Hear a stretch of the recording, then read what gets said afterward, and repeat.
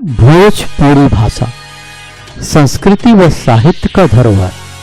भोजीवुड.live OTT digital platform, जहां मिली भोजपुरी फिल्मों के मिठास, घर घर बही लोक संगीत के बयार। बहुत जल्द आवत बा भोजीवुड.live।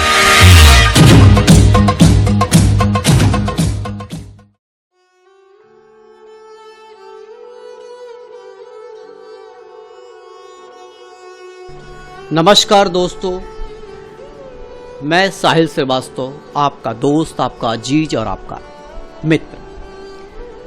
बहुत दिनों बाद मुझे ऐसा लगा कि मुंशी प्रेमचंद्र जी की कहानियों पर एक श्रृंखला बनाई जाए। वैसे तो बहुत से लोगों ने बनाई है और आप तक सुनाई भी होगी, लेकिन कहीं ना कहीं मुझे लगा कि अपने चैनल के माध्यम से, लीड इंडिया टीवी न्यूज़ के माध्यम से कुछ अच्छी कहानियां आप तक पहुंचाई जाए। तो आज हम मुंशी प्रेमचंद जी की एक बड़ी अद्भुत कहानी आपके बीच लेके आ रहे हैं। और दोस्तों, अगर कहानी पसंद आती है तो आप इसको लाइक करें, फिर सब्सक्राइब भी करें और शेयर करें, अपने दोस्तों तक पहुंचाएं। शायद इसी माध्यम से मुंशी प्रेमचंद जी की अच्छी कहानियों को हम आप तक लेके आएंगे। आज वैसे भी आजकल लोगों के पास इतना फुर्सत नहीं है कि वो इन कहानियों को पढ़ सके, तो आपको हम लेके चलते हैं मुंशी प्रेमचंद जी की कहानियों की दुनिया में। एक अद्भुत कहानी, रंगीले बाबू।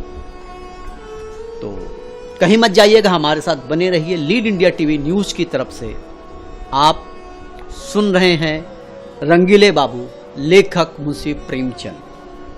बाबू रसिक लाल को मैं उस वक्त से जानता हूं जब वह लॉ कॉलेज में पढ़ते थे। मेरे सामने ही वो वकील हुए और आनंद फानंद चमके। देखते देखते बंगला बन गया, जमीन खरीद ली और शहर के रईसों में शुमार होने लगा। लेकिन मुझे न जाने क्यों उनके रंग ढंग बहुत कुछ जचते न थे। मैं यह नहीं देख सकता कि कोई भला आदमी खामखा टेढ़ी टोपी लगाकर निकले या सुरमा लगाकर, मांग निकालकर, मुंह को पान से फुलाकर, गले में मोतियां या बेले के गजरे डाले, तंजेब का चुन्नरदार कुर्ता और महीन धोती पहने, बाजार में कोठों के और ताक झाक करता, ठट्ठे मारता निकले। मुझे उससे चिढ़ हो जाती। वह मेरे पास म्युनिसिपल मेंबरी के लिए वोट मांगने आए तो कभी न दूं। उससे याराना निभाना तो दूर की बात है। भले आदमी को जरा गंभीर, जरा सादगी पसंद देखना चाहता हूं। मुझे अगर किसी मुकदमे में वकील करना पड़े तो मैं ऐसे आदमी को कभी ना करूं, चाहे वह रास बिहारी घोष ही का सा कानूनदा क्यों न हो। रसिक लाल इसी तरह के रंगीले आदमी हैं।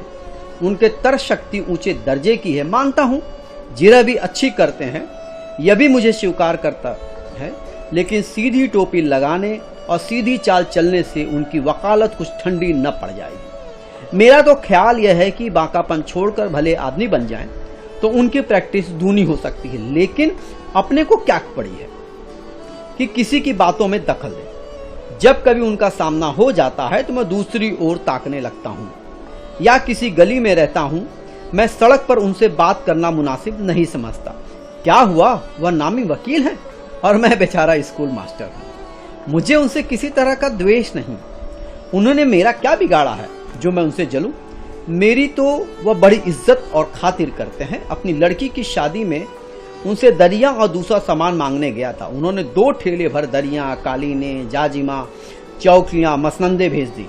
नहीं, मुझे उनसे जरा भी द्वेष नहीं।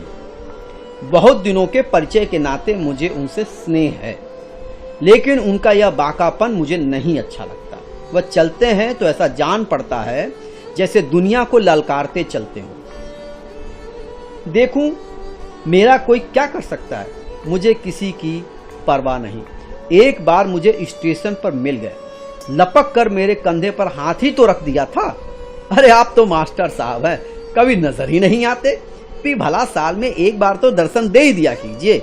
मैंने अपना कंधा छुड़ाते हुए कहा, अरे क्या करे साहब, अवकाश ही नहीं मिलता। बस अपने चट कर बाजारी शेर पढ़ दिया। अरे तुम्हें गैरों में कब फुर्सत, तुम्हें गैरों से कब फुर्सत, हम अपने गम से कब खाली। चलो बस हो चुका मिलना, न तुम खाली न हम खाली। और मैंने तो हंस दिया। जो आदमी अपना लिहाज करे उससे कैसी रुखाई। फिर बड़े आदमियों से बिगाड़ करना भी तो नहीं चाहता। न जाने कब अपनी गरज लेकर उनके पास जाना पड़े। लेकिन मुझे उनकी ये बेतकल्लुफी कुछ अच्छी न लगी। यूं मैं न कोई तपस्वी हूं न जाहिद। आरसिक होना उस बाकापन से भी बुरा है। शुष्क जीवन में कोई जीवन है जिसमें विनोद के लिए स्थान न हो। वन की शोभा हरे भरे सरस वृक्षों से है, सूखे हुए ठूठों से नहीं। लेकिन मैं चाहता हूं आदमी जो कुछ करे छिपा कर करे। शराब पीना चाहते हो पियो, मगर पियो एकांत में। अरे इसकी क्या जरूरत है कि शराब में मस्त होकर बहकते फिरो। रूप के रूपासक बनना चाहते हो बनो, लेकिन इसकी क्या जरूरत है कि बेश्याओं को दाएं बाएं बिठाए और मोटर में अपने छैलेपन का ढिढूरा पीटते रहो फिरो। फिर रसिकता की भी एक उम्र होती है। जब लड़के जवान हो गए, लड़कियों की शादी हो गई, बाल एक पक चले, तो मेरे ख्याल में आदमी को कुछ गंभीर हो जाना चाहिए। आपका दिल अभी जवान है, बहुत अच्छी बात है, मैं तुम्हें इस पर बधाई देता हूं। वासना कभी बूढ़ी नहीं होती। मेरा तो अनुभव है कि उम्र के साथ साथ वो प्रौढ़ होती जाती है। लेकिन इस उम्र में कुलेले करना मुझे ओछापन मालूम होता है। अरे सींग कटाकर बछड़ा बनने वाली मनोवृत्ति का मैं कायल नहीं। कोई किसी का क्या कर लेगा, लेकिन चार भले आदमी उंगली उठाए ऐसा काम क्यों करे। तुम्हें भगवान ने संपन्न बनाया है, बहुत अच्छी बात है, लेकिन अपनी संपन्नता को इस विपन्न संसार में दिखाते फिरना, जो क्षुधा से व्याकुल है उनके सामने रसगुल्ले उड़ाना, इसमें न तो रसिकता है न आदमियता है। रसिक लाल की बड़ी लड़की का विवाह था। मथुरा से बारात आई थी। ऐसे ठाठ की बारात यहाँ शायद ही कभी आई हो। बड़ी धर्मशाला में जनवासा था। वर का पिता किसी रियासत का दीवान था। मैं भी बारातियों की सेवा सत्कार में लगा हुआ था। 1000 आदमी से कम न थे। इतने आदमियों का सत्कार करना हंसी नहीं है। यहाँ तो किसी बारात में 150 आदमी आ जाते हैं तो उनकी भी अच्छी तरह खातिर नहीं हो पाती है। फिर भी बारातियों के मिजाज का क्या कहना, सभी तानाशाह बन जाते हैं। कोई चमेली का तेल मांगता है, कोई आंवले का, कोई केश रंजन, कोई शराब मांगता है, कोई अफीम, साबुन चाहिए, इत्र चाहिए। 1000 आदमियों के खाने का प्रबंध करना कितना कठिन है। मैं समझता हूं कि 20-25 हजार के वारे न्यारे हुए होंगे, लेकिन रसिक लाल के माथे पर शिकन न आई। वहीं बाकापन था, वहीं विनोद, वहीं बेफिक्री, न झुझलाना न बिगड़ना। बारातियों की ओर से ऐसी ऐसी बेहुदा फरमाइशें होती थी कि हमें गुस्सा आ जाता था। पाव आध पाव भंग बहुत है, यह पसेरी भर रंग लेकर क्या उसकी धुनी देंगे। जब सिनेमा के 100 अव्वल दर्जे के टिकटों की फरमाइश हुई तो मुझसे न रहा गया। रसिक लाल को खूब डांट बताई और उसी क्रोध में जनवासे की ओर चला कि एक एक कर को फटकारूं। लड़के का ब्याह करने आए हैं या किसी भले की इज्जत बिगाड़ने। एक दिन बगैर सिनेमा देखे नहीं रहा जाता। ऐसे ही बड़े शौकीन हो तो जेब से पैसे क्यों नहीं खर्च करते। लेकिन रसिक लाल खड़े हंस रहे थे। भाई साहब क्यों इतना बिगड़ रहे हैं? ये लोग तुम्हारे मेहमान हैं। मेहमान 10 जूते भी लगाए तो बुरा ना मानिए। ये सब जिंदगी के तमाशे हैं और तमाशे में हमें खुश होने जाते हैं। वहां रोना भी पड़े तो उसमें आनंद है। लपक कर सिनेमा घर से 100 टिकटें ला दी। 100-200 रुपए का मुंह न देखिए। मैंने मन में कहा, मुफ्त का धन बटोरा है तो लुटाओ और नाम लूटो। यह कोई सत्कार नहीं है। मेहमान की गुलामी की जाए। मेहमान उसी वक्त तक मेहमान है जब तक मेहमान की तरह रहे। जब वह रोब जमाने लगे और बेइज्जती करने पर आमदा हो जाए तो मेहमान नहीं शैतान है। इसके 3 महीने बाद सुना कि रसिक लाल का दामाद मर गया, वही जिसकी नई शादी हुई थी। सिविल सर्विस के लिए इंग्लैंड गया हुआ था, वहां निमोनिया हो गया। यह खबर सुनते ही मुझे रोमांच हुआ। उस युवक की सूरत आंखों में दौड़ गई।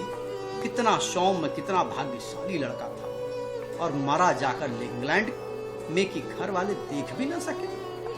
उस लड़की की क्या दशा होगी जिसका सर्वनाश हो गया। वाह रे दयालु भगवान, और वाह रे तुम्हारी लीला। प्राणियों की होली बनाकर उसकी लपटों का तमाशा देखते हो। उसी वक्त भागा हुआ रसिक लाल के पास गया और उनकी सूरत देखते ही मन की कुछ ऐसी दशा हुई कि चिंगाड़ मारकर रो पड़ा। रसिक लाल आराम कुर्सी पर लेटे हुए थे। उठकर मुझे गले लगा लिया और उस स्थिर अविचलित निर्द्वंद्व भाव से बोले, वाह मास्टर साहब है। बालक तो इसीलिए रोता है कि उसके बदले में दूसरी मिठाई मिल जाए। आप तो ऐसी चीज के लिए रो रहे हैं जो किसी तरह मिल ही नहीं सकती। अरे साहब, ये बेहाया बनकर रहिए, मार खाते रहिए और मुझों पर ताव देते रहिए। मजा तो तब है कि जल्लाद के पैरों तले आकर भी वहीं अकड़ बनी रहे। अगर ईश्वर है तो मुझे कुछ मालूम नहीं, लेकिन सुनता हूं कि वह दयालु है, और दयालु ईश्वर भला निर्दयी कैसे हो सकता है? वह किसे मारता है और किसे जलाता है हमको इससे मतलब नहीं। उसके खिलौने हैं, खेले या तोड़े, हम क्यों उसके बीच में दखल दें? वह हमारा दुश्मन नहीं है, न जालिम बदमाश है कि हमें सताकर खुश हो। मेरा लड़का घर में आग भी लगा तो मैं उसका दुश्मन बनूंगा। मैंने तो उसे पाल पोस कर बड़ा किया, उससे क्या दुश्मनी करूं? भला ईश्वर कभी निर्दयी हो सकता है, जिसके प्रेम का स्वरूप है ये ब्रह्मांड है? अगर ईश्वर नहीं है तो मुझे मालूम नहीं, और कोई ऐसी शक्ति है जिससे हमारी विपत्ति में आनंद मिलता है, तो साहब ये रोने वाला नहीं। हाथों में ताकत होती है, दुश्मन नजर आता है तो हमें कुछ जवांमर्दी दिखाती है। अब अपनी बहादुरी दिखाने का इसके सिवा और क्या साधन है कि मार खाते जाओ, हंसते जाओ, अकड़ते जाओ? रोए तो अपनी हार को स्वीकार करेंगे, मार ले साले, जितना चाहे मार ले, लेकिन हंसते ही रहेंगे। मक्कार भी है और जादूगर भी, छिप कर वार करता है। आ जाए तो सामने दिखाऊं। हमें तो अपने उन बेचारे शायरों की अदा पसंद है जो कब्र में भी मासूका के पाजेब की झंकार सुनकर मस्त होते रहते हैं। इसके बाद रसिक लाल ने उर्दू शेरों का ताता बांध दिया। इस तरह तन्मय होकर आनंद उठाने लगे मानो कुछ हुआ ही नहीं। फिर बोले, लड़की रो रही है। मैंने कहा, ऐसे बेवफा के लिए क्या रोना जो तुम्हें छोड़कर चल दिया? अगर उससे प्रेम है तो रोने की कोई जरूरत नहीं। प्रेम तो आनंद की वस्तु है। अगर कहो क्या दिल नहीं मानता है तो दिल को मनाओ, बस दुखी मत हो। दुखी होना ईश्वर का अपमान करना है और मानवता को कलंकित करना। मैं रसिक लाल का मुंह ताकने लगा। उन्होंने यह कथन कुछ इस उद्भाव मैं रसिक लाल का मुंह ताकने लगा। उन्होंने ये कथन कुछ इस उदात्त भाव से किया कि एक क्षण के लिए मुझ पर उसने जादू कर दिया। थोड़ी देर के बाद मैं वहां से चला तो दिल का बोझ बहुत हल्का हो गया। मन में एक प्रकार का साहस उदय हो गया जो विपत्ति और बाधा पर हंस रहा था। थोड़े दिनों के बाद वहां से तबादला हो गया और रसिक लाल जी की कोई खबर नहीं मिली। कोई साल भर के बाद एक दिन गुलाबी लिफाफे पर सुनहरे अक्षरों में छपा हुआ एक निमंत्रण पत्र मिला। रसिक लाल के बड़े लड़के का विवाह हो रहा था।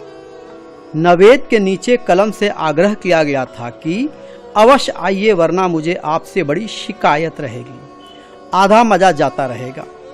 एक उर्दू का शेर भी था, इस शौके फिरावा की या रब, आखिरी कोई हद भी है कि नहीं, इनकार करे वह या वादा, हम रास्ता देखते रहते हैं।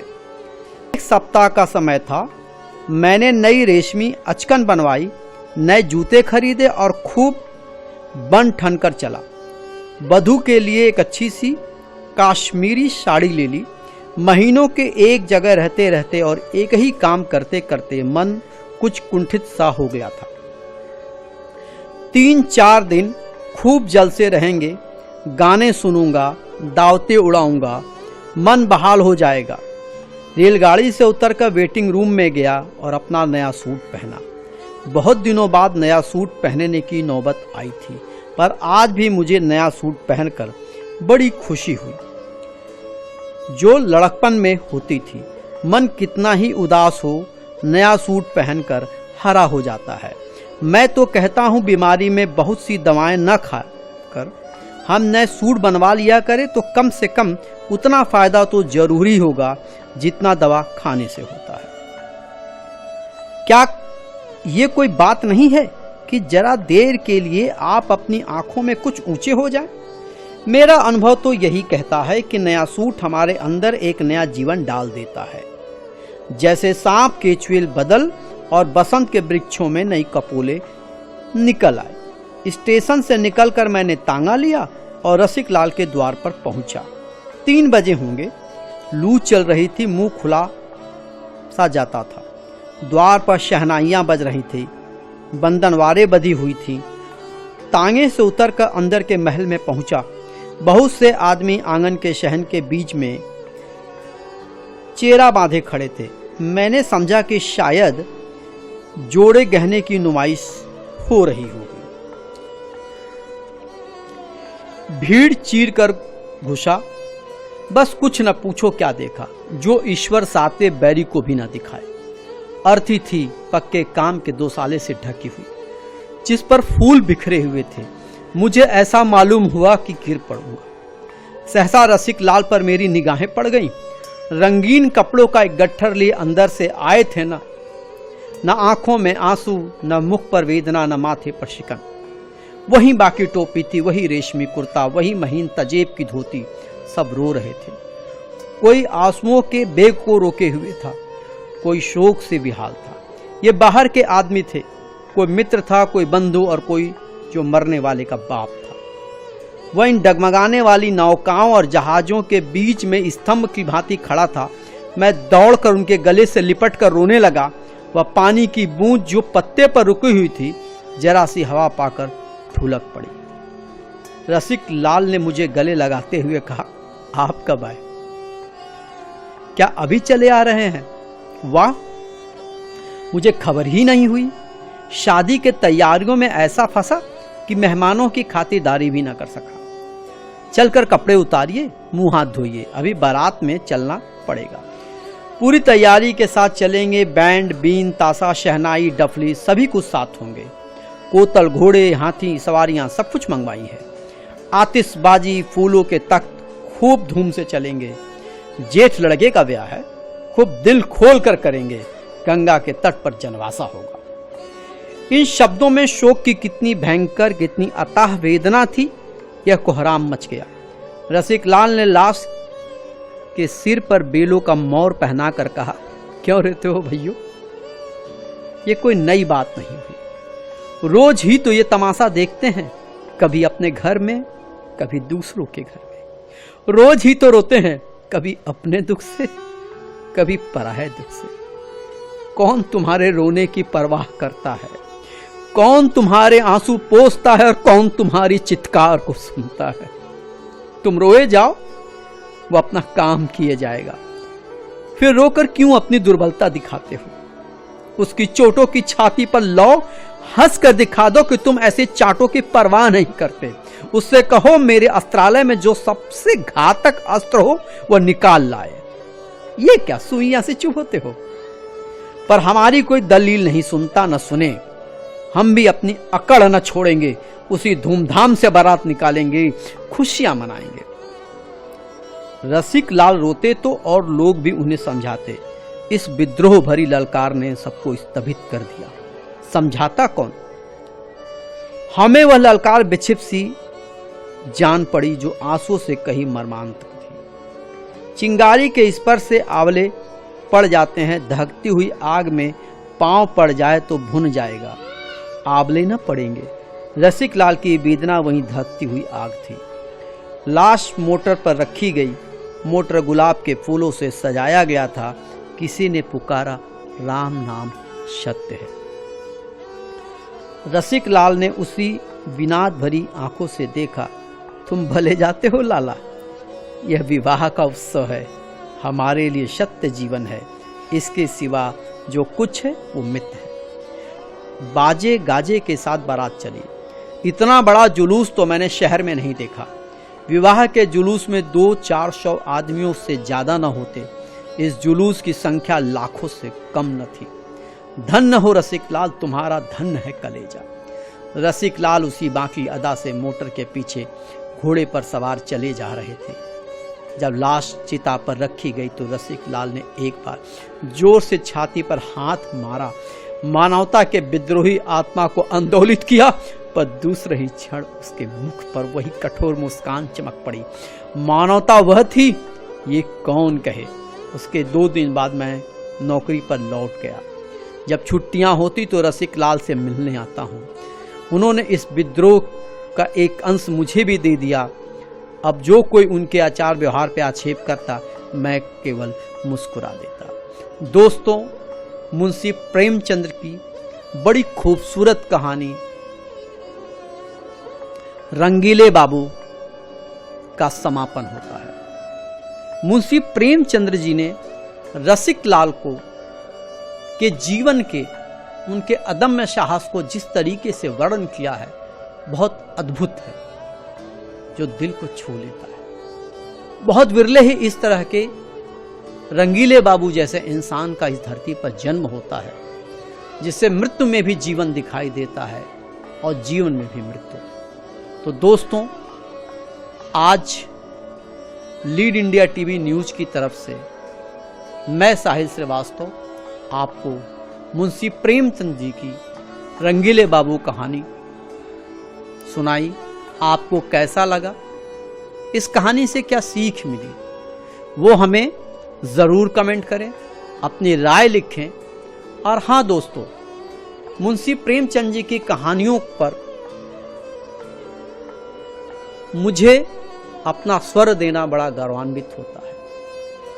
कहीं ना कहीं मेरे दिल में ये था कि आज लोग किताबें नहीं पढ़ पाते हैं, लोग ज़्यादा से ज़्यादा आज डिजिटल मीडिया की तरफ बनाए हुए वीडियो को देखते हैं, उनके गानों को सुनते हैं।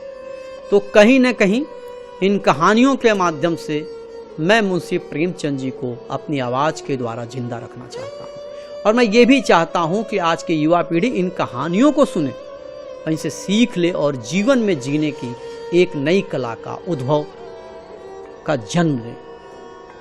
ये कहानियाँ नहीं हैं, ये जीवन की वो सच्चाइयाँ हैं जिनको हमें पढ़ने से या सुनने से मार्ग मिलता है, हमें एक राह मिलती है। इस राह के लिए मैंने इन कहानियों को चुना है।